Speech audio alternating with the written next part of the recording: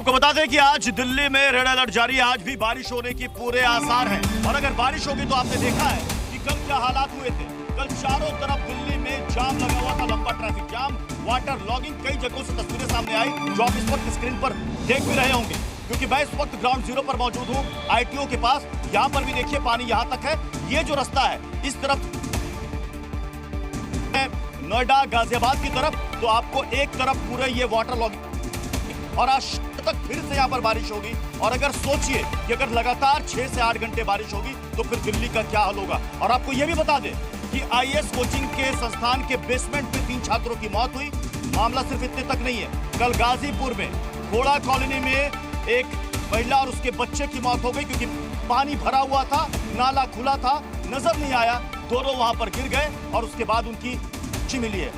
हाल ये है कि अलर्ट तो जारी होता है, लेकिन आप एफर्ट कब करोगे। आप वर्ल्ड क्लास सिटी का दावा तो करते हो, लेकिन क्या ये वर्ल्ड क्लास सिटी है। एक दूसरे पर आरोप प्रत्यारोप कब तक। सिस्टम को जगाने के लिए, झकझोरने के लिए ये सवाल बहुत जरूरी है, और वो भी ग्राउंड जीरो से पहुंचकर, क्योंकि लोगों की ये शिकायत होती है कि सिस्टम जागता ही नहीं है। और जागता कब है? जब कोई बड़ा हादसा हो जाता है। सवाल है कि क्या आप किसी बड़े हादसा का आप इंतजार कर रहे होते हो, उसके बाद ही आपकी नींद खुलती है, और उसके बाद आराम से माता जी, आराम से गिर जाइएगा, पानी है यहाँ पर। अब सवाल यहाँ पर यह है कि आखिर ऐसे हादसों की जिम्मेदारी सिर्फ एक दूसरे पर आरोप प्रत्यारोप लेकर के ही ली जाएगी क्या? हमारे साथ तमाम मेहमान भी हमारे साथ जुड़ेंगे थोड़ी देर में, वो भी हमारे साथ कनेक्ट होंगे, हमारे साथ कुछ सहयोगी भी जुड़ेंगे। लेकिन फिर इस वक्त आप स्क्रीन पर देख रहे होंगे, हमारे साथ देवेश, हमारे सहयोगी इस वक्त जुड़े हुए हैं। देवेश इस वक्त आप कहां पर हैं? आपकी लोकेशन क्या है और क्या वहां पर हालात है, जरा दिखाइए। देखिए, बिल्कुल ITO के पास हम मौजूद हैं, जो दिल्ली विश्वविद्यालय के लिए जो रोड जाता है, सराय काले खां से राजघाट होता हुआ जो रोड जाता है, वहाँ की स्थिति आपको दिखा देते हैं। रात बारिश हुई थी, लेकिन अभी भी जो पानी है वो भरा हुआ है, जो स्थिति है वो अभी भी जलमग्न है। सड़क पर आप देख सकते हो कि पानी नज़र आ रहा है, और दूसरी तरफ हालांकि पंप लगे हुए काम कर रहे हैं, लेकिन बारिश इतनी हुई थी कि जो पानी है उसको निकालना मुश्किल हो रहा है। दूसरी तस्वीर दिखा देते हैं आपको, जो पंप है वो लगे हुए हैं, और दूसरी एक और तस्वीर है, अगर इस दीवार के उस तरफ देखोगे, जो तमाम ITO के पास जो दफ्तर है उनके अंदर तक पानी भरा हुआ है। अंदर जितना पानी है, आपको एक तस्वीर दिखा देते हैं कि जो ITO के तमाम ऑफिस हैं उनकी तस्वीर देखिए आप। अंदर पंप लगे हुए हैं, पानी निकासी की जा रही है, लेकिन जो स्थिति है वो कहीं ना कहीं चिंताजनक है। जो दावे किए जाते हैं सिविक एजेंसियों की तरफ से कि वाटर लॉगिंग नहीं होगी, लेकिन स्थिति उसके बिल्कुल विपरीत है। पानी ही पानी आपको नज़र आ रहा होगा। ये ITO की तस्वीर है और आपको दिखा रहे हैं, ये दफ्तर है, तमाम दफ्तर ITO के चारों तरफ जो है वो दफ्तर है। यहाँ पर पंप लगे हुए हैं, लेकिन पानी इतनी भारी मात्रा में भरा हुआ है, घंटों से यहाँ पंप चल रहे हैं, लेकिन पानी निकला नहीं है। तो इस तरह की जो तस्वीरें हैं दिल्ली के अलग अलग इलाकों से आ रही हैं। दावा किया जाता है सरकार की तरफ से भी, MCD की तरफ से भी, कि इस बार वाटर लॉगिंग नहीं होगी, लोगों को समस्या नहीं होगी। हमारे साथ मैं शिवांग का रुख करता हूं। शिवांग, इस वक्त बताइए कि आप किस लोकेशन पर हैं? किस लोकेशन पर हैं शिवांग?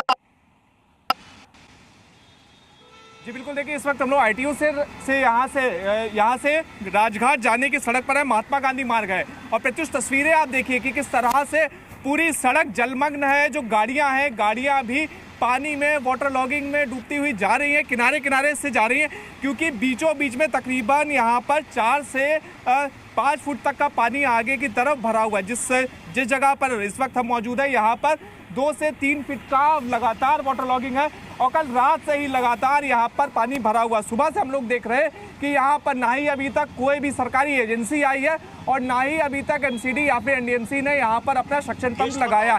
तो देखिए किस तरह से जिस तरह से सरकारी कदमों के ऊपर लगातार सवाल उठ रहे हैं कि कल रात से ही इस पूरे इलाके में वाटर लॉगिंग है, लेकिन अभी तक एक अदद अधिकारी और ना ही यहाँ पर आया, और ना ही यहाँ पर रत्ती भर भी कोशिश करी गई है कि इस पानी को हटाया जाए। कई गाड़ियाँ खराब हो चुकी है, लेकिन उसके बावजूद लोगों को मजबूरी में यहीं से ही, जिन्हें राजघाट की तरफ जाना है, वो यहाँ से अपनी गाड़ियाँ निकाल रहे हैं। जी प्रत्युष, यहाँ पर राजधानी दिल्ली, जहां पर जगह जगह जल जमाव की तस्वीरें सामने आ रही हैं, और अभी अगले कुछ दिनों तक ये समस्या और बढ़ने वाली है, क्योंकि 5 अगस्त तक के लिए भारी बारिश का पूर्वानुमान लगाया गया है।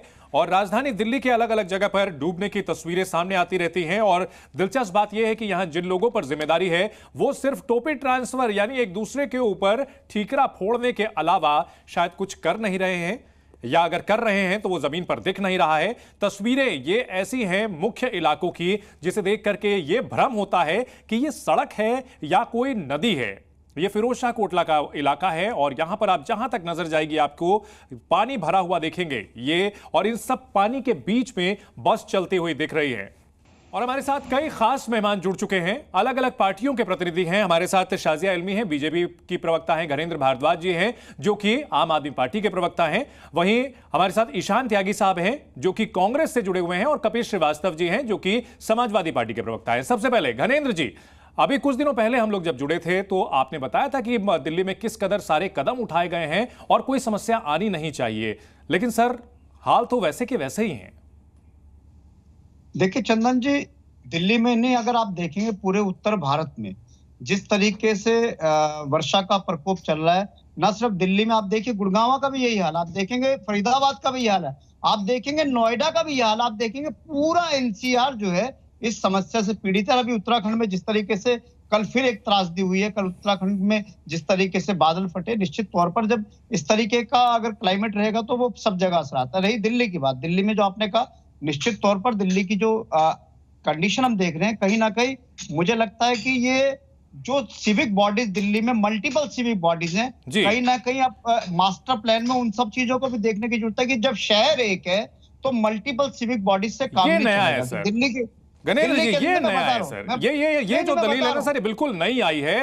इससे पहले पिछले साल तक ये दलील नहीं थी। पिछले साल तक ये कहा जाता था कि एमसीडी हमारे पास नहीं है, एमसीडी की वजह से जो है डूबती है दिल्ली। इस बार जो है नई दलील आई है कि बिल्कुल जो है एक बॉडी होनी चाहिए। चंदन जी मेरे को दिल्ली की जनता को सर ये क्यों नहीं कहते थे चुनाव में कि सर आप लोग डूबेंगे, आप लोग जो है पर्यावरण, आप गला आपका जो है जब पोल्यूशन आएगा तो आपका दम घुटता रहेगा, हम कुछ नहीं कर सकेंगे। चंदन जी मेरे को थोड़ा समय दीजिए, मैं बता रहा हूँ। कल पार्लियामेंट के अंदर भी पानी भरा है, पार्लियामेंट तो अभी नया बना है, 10,000 करोड़ रुपए लगा दिए। अगर देश के संसद भवन में भी पानी जमा हो रहा है तो किसकी जिम्मेदारी है? संसद भवन किसके अंदर आता है? एनडीएमसी के अंदर आता है। मंत्रियों के बंगलों में पानी घुस गया, किसके अंतर्गत आता है? एनडीएमसी के अंदर आता है। एनडीएमसी कौन है? एनडीएमसी को भारतीय जनता पार्टी चलाती है। एनडीएमसी का जो वाइस चेयरमैन है वो भारतीय जनता पार्टी दिल्ली का पूर्व अध्यक्ष है। तो आपका ये कहना है कि एनडीएमसी को छोड़ करके बाकी जगहों पर कहीं दिक्कत नहीं है? और ओल्ड राजेंद्र नगर को कौन चलाता है घनेंद्र जी? घनेंद्र जी, अरे सर ठीक है, सुन लिया आपकी बात। आप ये बताइए कि ओल्ड राजेंद्र नगर को कौन चलाता है? एनडीएमसी, एमसीडी, दिल्ली सरकार, केंद्र सरकार कौन चलाती है? सर शाजिया इल्मी, यहां पर जो है हद हो चुकी है, हद हो चुकी है। दिल्ली वालों को समझ में नहीं आ रहा कि आखिर सवाल पूछे किससे। देखिए 10 साल से हम यही सुनते आ रहे हैं, दिल्ली वासी जो है लगातार यही सुनते आ रहे हैं। सबसे पहले नजीब जंग जी की गलती थी क्योंकि वो एलजी साहब थे, उसके बाद सारी गलती हुई अनिल बैजल जी की, अब सारी गलती हो गई है एलजी साहब की। अब इसमें भी एमसीडी कमिश्नर की गलती है। गलती उसकी नहीं है, काउंसलर की जो अभी लापता है, जिसका नाम है आरती चावला, जिसने खुद इलीगल बनाए हैं, जिसने खुद इतने ज्यादा इलीगल बिल्डिंग अपने घर में बनाई है, वो अब किसी को क्या रोकेगी जी। अब तो लेकिन हम कह रहे हैं कि अधिकारी लेकिन इसमें आरोपों में पार्शियल सच्चाई तो है। 10 सेकंड देखिए 10 सेकंड में बात खत्म कर लूँ। मैं अग्री करती हूँ आपके साथ, चाहे वो एमसीडी कमिश्नर हो, चाहे वो सीनियर अधिकारी हो, चाहे वो जूनियर अधिकारी हो, उनको ज़रूर जेल में बंद कीजिए। लेकिन अब तक जेल में क्यों नहीं बंद किया? अब तक आपने विधानसभा में, जब आपके पास पावर है, कि आप उनको तलब कीजिए कि अफसर जो है बात नहीं मान रहा है, आपने इस पर क्यों नहीं कोई अलार्म अभी तक रेज किया? क्यों चुपचाप बैठे रहे? क्योंकि मिली भगत थी, मिलकर सब पैसे कमा रहे थे। ठीक है, यहाँ मेरा सवाल ये है कि जो आरोप लगाए जा रहे हैं एनडीएमसी के इलाकों को लेकर के, वो है तो सच, एमसीडी के इलाके तो डूबे हैं, लेकिन एनडीएमसी वाले इलाके भी डूबे हुए हैं। हम फिरोज शाह कोटला के पास की सड़क हमारे सहयोगी शिवांक ने दिखाया, पूरी तरह से जलमग्न हो रखी है।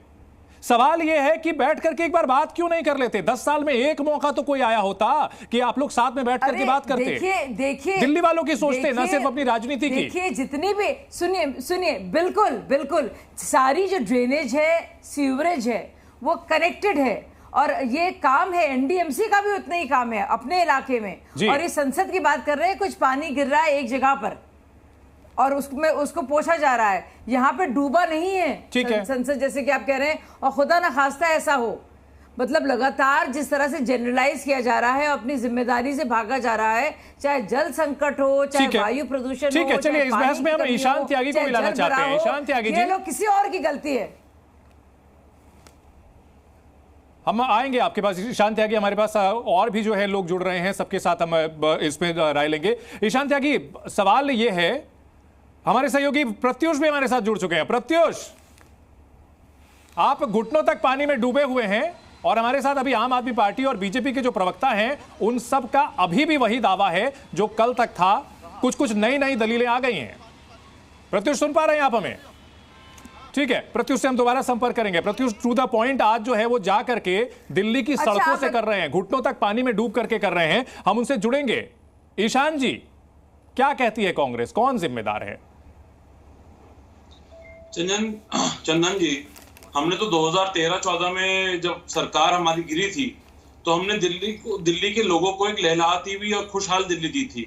अब आप देख लीजिए उसका क्या हाल है, और कमोवेश यही स्थिति पूरे देश में भी है। मैं आपको 4-5 एक टॉप हेडलाइंस बताना चाहता हूं कुछ समय की। 5वीं सबसे बड़ी अर्थव्यवस्था, बहुत बड़ी हेडलाइन बनी। विश्व में भारत का डंका बज रहा है, बहुत बड़ी हेडलाइन बनी, शायद आपने भी दिखाई होगी। 2047 में विकसित भारत, उसका रोड मैप तैयार हो चुका है। और चौथी, $5 ट्रिलियन इकोनॉमी। मुझे शर्म आती है आज ये सब देख के कि हम ये हेडलाइन का गेम खेल रहे हैं। त्यागी जी, चलिए आपकी जो बातें हैं और एक पॉइंट टेकन है, उसमें से पानी चूर रहा है। इसमें मैं आपकी बात से जो है एक पॉइंट उसमें टेक करता हूं कि भाई विकास अगर हो रहा है तो राजधानी दिल्ली की ये दुर्दशा क्यों है? इसके अलावा अगर बात की जाए जो विकसित देश बनते हैं, सवाल ठीक है, सवाल ये भी पूछना चाहिए कि प्रगति मैदान टनल बनी थी, ठीक है, उसका क्या स्थिति है? उसमें किसने चूना लगाया? ठीक है। हालांकि यहां पर एक फैक्ट है कि अमेरिका और चीन जो हमसे अर्थव्यवस्था में कहीं आगे हैं वहां भी डूबते हैं, लेकिन राजधानी का कम से कम इस तरह दुर्दशा उसकी नहीं होती है। और प्रत्युष, टू द पॉइंट, आज लेकर के सड़क पर उतरे हुए हैं, वहां पर घुटनों तक पानी में है। उन घुटनों तक पानी में रह के प्रत्युष जो सवाल आपके मन में आ रहे हैं दागिए जरा आप। घनेंद्र जी, 15 साल बीजेपी ने क्या किया? एमसीडी को बर्बाद कर दिया, तबाह कर दिया। आपको मौका दिया जनता ने, एक साथ वर्ल्ड क्लास सिटी का दावा करते थे Arvind Kejriwal ji. World class city बन गई आपकी, ये वर्ल्ड क्लास सिटी है।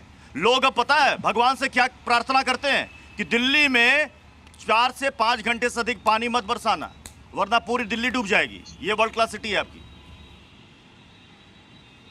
हाँ प्रत्युष, देखिए मैं आपकी बातों से पूरा सहमत हूं, लेकिन निश्चित तौर पर कुछ चीजों को, कुछ टेक्निकलिटी को आपको समझना पड़ेगा। दिल्ली में जब एमसीडी के चुनाव होने से पहले दिल्ली में एमसीडी एक्ट को अमेंडमेंट किया गया। एमसीडी एक्ट में अमेंडमेंट करके सारी पावर मेयर से लेके कमिश्नर को दी गई। आज अगर हमारे पास पावर होती, घनेंद्र जी, आप ये टेक्निकलिटी सुनिए। घनेंद्र जी, बहुत एक सेकंड, आप ही के साथ आपको टोकना चाहूंगा। ये टेक्निकलिटी आप गाजीपुर में जो एक मार बच्चे की मौत हुई है खुले नाले में डूबकर, ये टेक्निकलिटी समझाइएगा उनको, आप समझ में आएगी उनको? जो 3 छात्र बेसमेंट में दम तोड़ दिए, ये टेक्निकलिटी समझाइएगा उनको, आप समझाइएगा, समझा पाइएगा?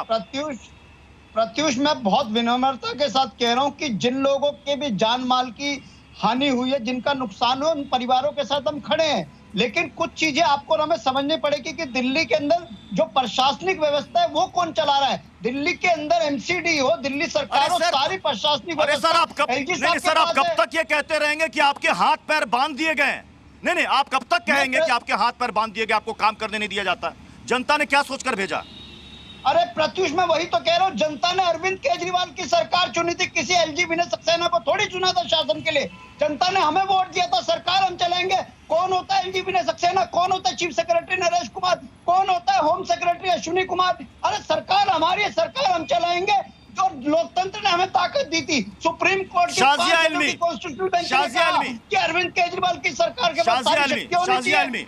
इन्होंने 3 छात्रों की मौत गाजीपुर के खुले नाले में, एक मार बच्चे की मौत जलभराव की वजह से हो जाती है। अब से ये सवाल मैं आपसे नहीं पूछ रहा हूँ, शाजिया आलमी, क्या बीजेपी, शाजिया आलमी, क्या शाजिया आलमी, मेरा सवाल सुन लीजिए, क्या आप ये टेक्निकलिटी समझाएंगे उन परिवार वालों को जिनके अपने चले गए? समझा पाइएगा? कि ये काम नहीं कर रहे, हम काम नहीं कर बिल्कुल, रहे। और दिल्ली किसकी है? बिल्कुल साहब? नहीं समझा दिल्ली पाएंगे। सभी की है। नहीं, यहाँ नहीं, से केंद्र की सत्ता भी चलती है, केंद्र की सत्ता भी चलती है, दिल्ली की सत्ता भी चलती है, और दो सत्ता के बावजूद अगर लोग जल भराव में डूब के मर रहे हैं तो मुझे लगता है इससे शर्मनाक कुछ नहीं हो सकता, इससे शर्मनाक कुछ नहीं हो सकता।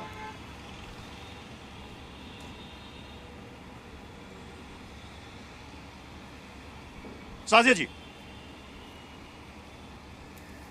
जी बिल्कुल, इससे शर्मनाक कुछ नहीं हो सकता, और हम सब लोग जिम्मेदार हैं। किस मुंह से जागेंगे और कहेंगे तानिया, श्रेया और नवीन के माता पिता से, किस मुंह से हम लोग जाएंगे?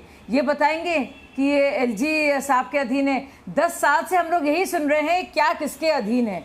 हमारी गलती है नहीं। दिल्ली पुलिस, अच्छा जब लड़ना था चुनाव तो कह रहे थे अब शीला दीक्षित अगर नहीं रही तो नहीं होंगे रेप। तब तो नहीं कहा कि दिल्ली पुलिस अधीन नहीं थी। अब जब चुनाव में वोट मांग रहे थे तब उन्होंने कहा कि भाई कुछ कर नहीं पाएंगे हम लोग क्योंकि हमारे हाथ पैर बंधे हुए हैं। जब एमसीडी से खुद ही कह रहे हैं कि एमसीडी के चुनाव से पहले ही कानून बन गया था तो कहना चाहिए था ना जनता को हमारी जिम्मेदारी नहीं होगी। हमारे जो पार्षद है घूमते फिरते रहेंगे, इलीगल काम करेंगे, अधिकारियों को पकड़ेंगे नहीं। आपको याद है अरविंद केजरीवाल ने क्या कहा था कि हेल्पलाइन होगी, कोई भी एमसीडी अधिकारी अगर पैसे मांगता है फौरन फोन करो, उसको जेल में भेजो। क्या हुआ उस हेल्पलाइन का? कहाँ गई? क्या नंबर है उसका? किसी को याद भी है? मैं थी उस वक्त आम आदमी पार्टी में, मैंने इसका ऐलान किया था, मैंने खुद ने ऐलान किया था और मैंने कहा था देखिएगा, क्योंकि अरविंद ने कहा था ये बात को कि एमसीडी में कोई भी रिश्वत अगर मांगेगा, कुछ किसी भी तरह से गलती होगी, चाहे वो आरडब्ल्यूए के लोग हो, आम नागरिक हो।